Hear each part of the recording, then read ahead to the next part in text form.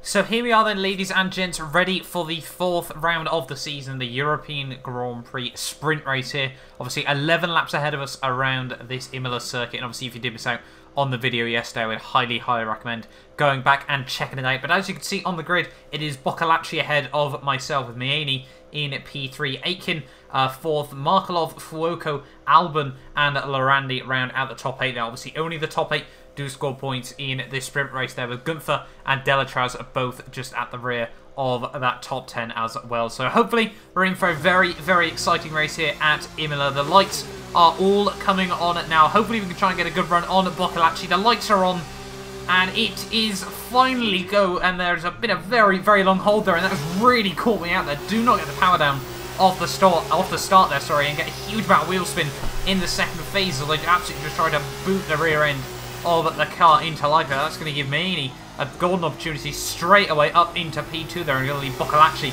completely easy, you know, in towards turn 1 there. We tried to get the move on Maini on the way out of the first chicane, but that has not been the start to this race that I would have wanted there. Maini, they're still just in front of me here. Maybe we can try and have a look up the inside in towards the hairpin here, who's very slow off that second chicane there, but he does just keep the car right around the outside there. A huge moment on the exit of the corner though. It's going to be a drag race up in towards the next corner here, up at the top of the hill here. We do bail out of that one though. Maini turns in for the apex as well. We do get a good run on the exit though, and we are straight back down the inside there. Just have a look in the rear view mirrors though. Maini tries to send it in towards the next corner there, completely runs the car over the curb, sends it spinning. I'm not too sure if he picked up damage from that one there. So Maini has gone from hero to zero over this European Grand Prix weekend there. Absolutely unfortunate for him there, and I think that is him out of the sprint race here. Yes, he is out of the sprint race, so not a good end to the weekend for Arjun Maini there. Obviously, after that incredible defensive manoeuvre yesterday, he just was not able to make it work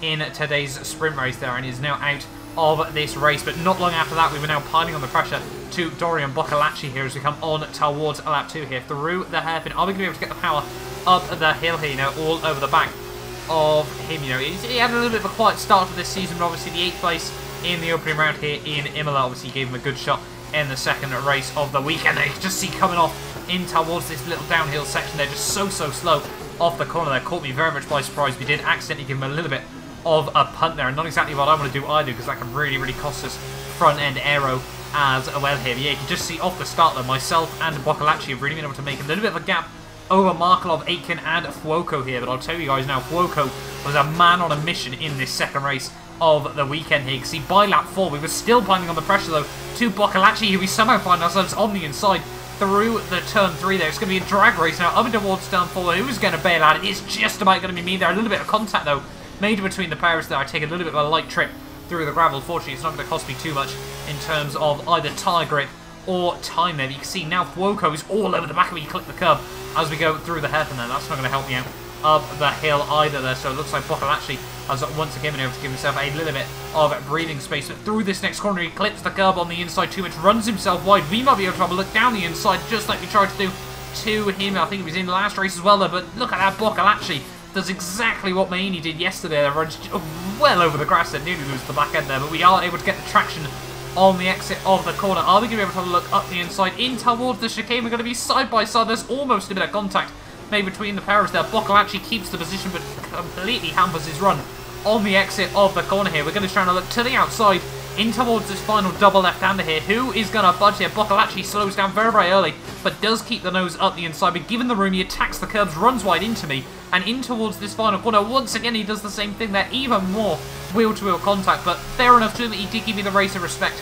on the exit of the corner there. He completely hung me out to dry, and Noel did bail out of that one there. And that moves us now up into the lead of the European GP sprint race here with just 6 laps to go. You can see in the rearview mirrors that everyone able to close back up absolutely massively as we came in towards turn 1 here. I think that's Lorandi trying to look up the inside of Fuoco just behind us there. And now we really need to try and just go for a little bit of a run. As you can see there, once again in the rearview mirrors and on the real-time delta here as well. All the action would really start kicking off behind me here. Fuoco trying to pile on the pressure to Boccolacci on lap 7 of this race. They're going to go side by side through the first couple of corners there, and Fuoco is going to be able to pull it off there. He, as I said, was on an absolute mission in this second race of the weekend there, you know, able to carve his way right the way through the order. But over these next few laps, you know, Fuoco would try and pile on the pressure to myself, you know, just really, really trying to close that gap back in. But by the final lap, though, of the race, he was all over the back of me here. All we need to do is try not to make any mistakes through this final chicane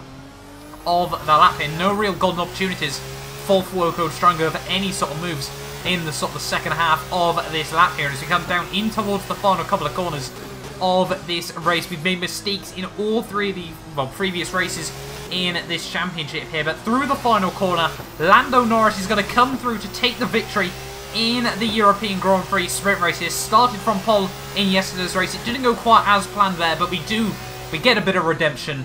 That is going to be P1 in the European GP sprint race there. 15 points in the bag. That is absolutely fantastic there. Did what we needed. I do think we also scored the 2 points as well, bonus for the fastest lap in that race as well there. So what a fantastic day out that is for Lando Norris. Our first win of the season by just 3/10 over Fuoco there. What a dominant display he ran through that race, carving his way through the field there. Just could not get past the final car right at the very end. Now, Boccolacci from the pole did come through for P3, so that's good points on the board for him, with Delatraz, Nisani, Fukushima, Max Gunther, and Albon round at the point scorers there. My teammate Seta Camera just missing out there as well down in P9, with Aitken rounding out the top 10 as well there. So yeah, very, very happy with the first win of the season. You know, after those few mistakes in the opening couple of rounds, I was really starting to lose a bit of confidence. You know, was just trying to play a bit safer against the AI, but that one, you know, just fills me with a bit more confidence as we move in through the rest of this European phase of the season there. You can see with that as well, we take the lead of the Drivers' World Championship there, 11 points clear of Alexander Albon. I must admit, I did make a couple of small mistakes in the point scorings yesterday. They have all been corrected for this one there. So yeah, we're 11 points clear of Albon there. Bolshan still on 31, with Nisani 1 point back on 30. Fuoco, after a strong weekend, all the way up now to 27 points there ahead of Lorandi, and Delatraz tied on 26. Gunther and Nick de Vries tied on 18. Markelov and George Russell tied on 18 points there. With Boccolacci, as I said, he was able to score his, obviously, big points in that second race of the weekend there. Up now to 10, with Jack Aitken on 10 points as well in the Drivers' World Championship. So very, very interesting for those guys.